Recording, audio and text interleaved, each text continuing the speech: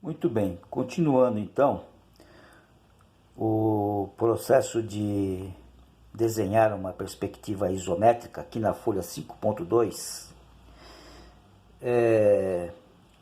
vamos escalonar este aprendizado em duas etapas. A primeira etapa que nós estamos vendo agora, nós vamos tratar apenas de sólidos formados por linhas retas e superfícies planas. A segunda etapa do nosso aprendizado, nós aprenderemos a perspectiva isométrica de superfícies curvas, né? Circunferências e coisas assim. O primeiro passo na execução de uma perspectiva isométrica é entender a forma geométrica e as medidas da nossa peça, do nosso sólido. Nós temos aqui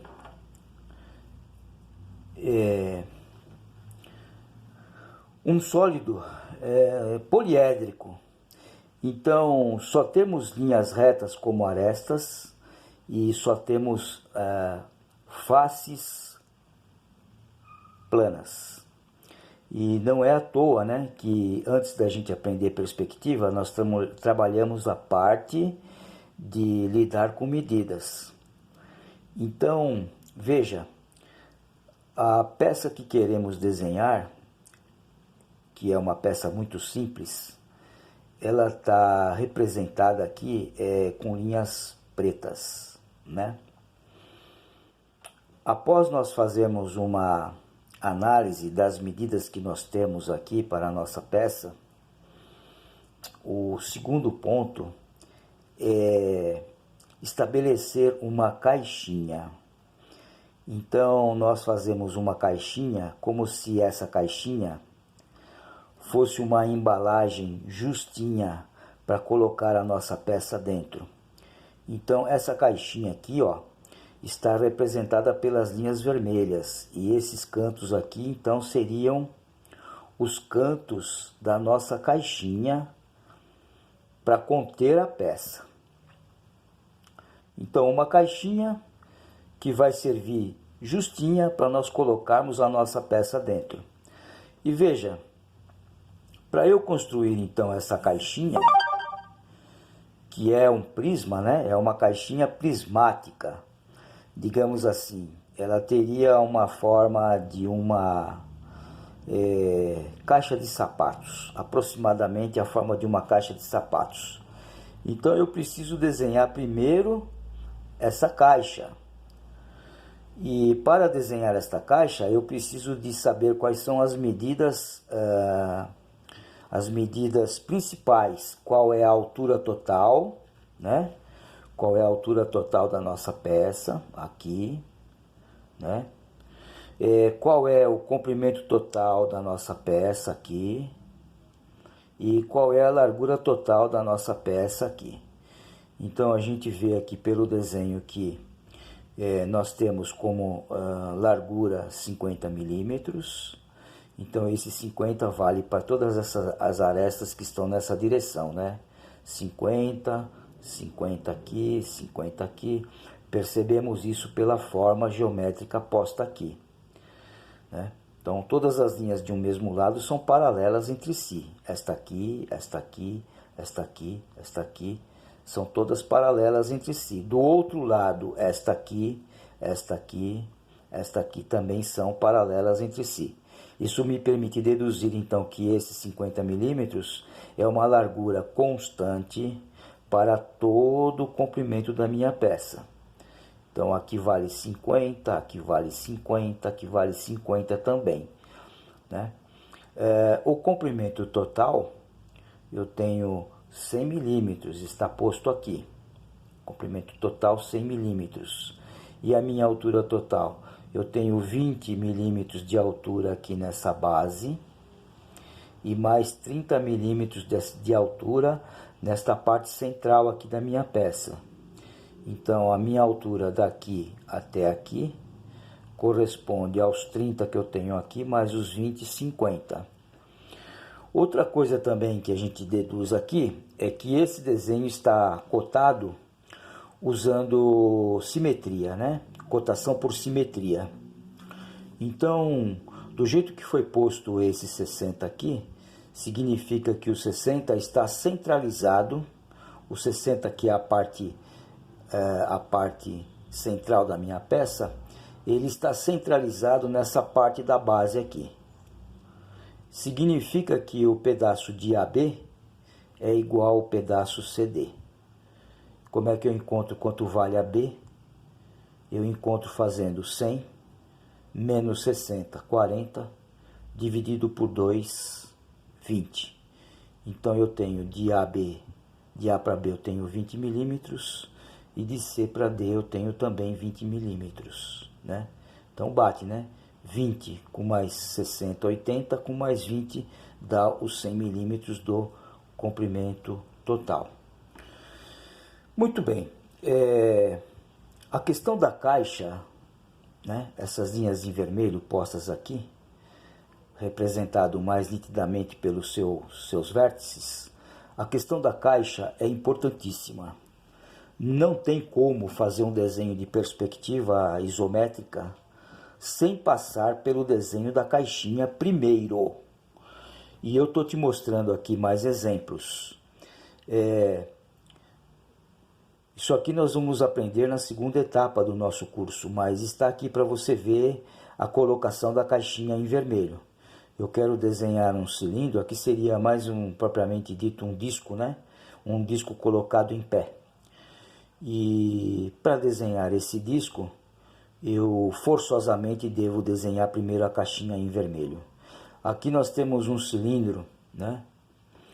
Para desenhar este cilindro, eu forçosamente preciso desenhar a caixinha, cujas linhas vermelhas também aparecem aqui. Olha essa peça aqui, uma peça mais complexa, né? Vamos então analisar atentamente o que está acontecendo aqui. Por mais complexa que a nossa peça seja, eu tenho que dar um jeito aí de decompor, né, a nossa peça em sólidos mais simples e imaginar uma caixinha para cada um desses sólidos. Isso é desenvolver a visão espacial.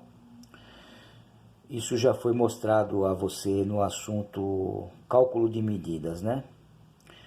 Quando nós vimos o corpo do rolo compressor. Então veja aqui, o que eu tenho aqui? Eu tenho um cilindro mais baixinho, tenho um cilindro aqui mais alto, com furo, né? Os dois têm furo, né? Eu tenho uma base aqui, ó, para a minha peça. Sobre essa base aqui, ó, estão assentados os dois cilindros, este e o outro. E interligando aqui, ó, no centro, ó, olha a linha de centro passando aqui, ó. Essa linha de centro aqui, ó, ela passa também pela metade dessa paredinha aqui, ó. Ok? Então, interligando o cilindro baixinho com o cilindro mais alto aqui, eu tenho essa paredinha central. Isso, mecanicamente falando, seria um reforço colocado para essa peça aqui, que aí no caso representaria um mancal. Ok? Então, quantas caixinhas eu preciso desenhar aqui antes de começar o desenho da peça, que está representado com linha preta? Quantas caixinhas eu preciso? Vamos contar. Eu preciso de uma caixinha para a base. É um prisma, né? Eu preciso de outra caixinha para o cilindro mais baixinho. É outro prisma. Preciso de outra caixinha para o cilindro mais alto. É outro prisma. E preciso de outra caixinha para essa parede que interliga os dois cilindros. É outro prisma. Então veja que aqui eu precisei de 1, 2, 3, 4 caixinhas prismáticas. É impossível querer desenhar este sólido, representado aqui no exemplo C, sem antes fazer essas tais caixinhas. Ok?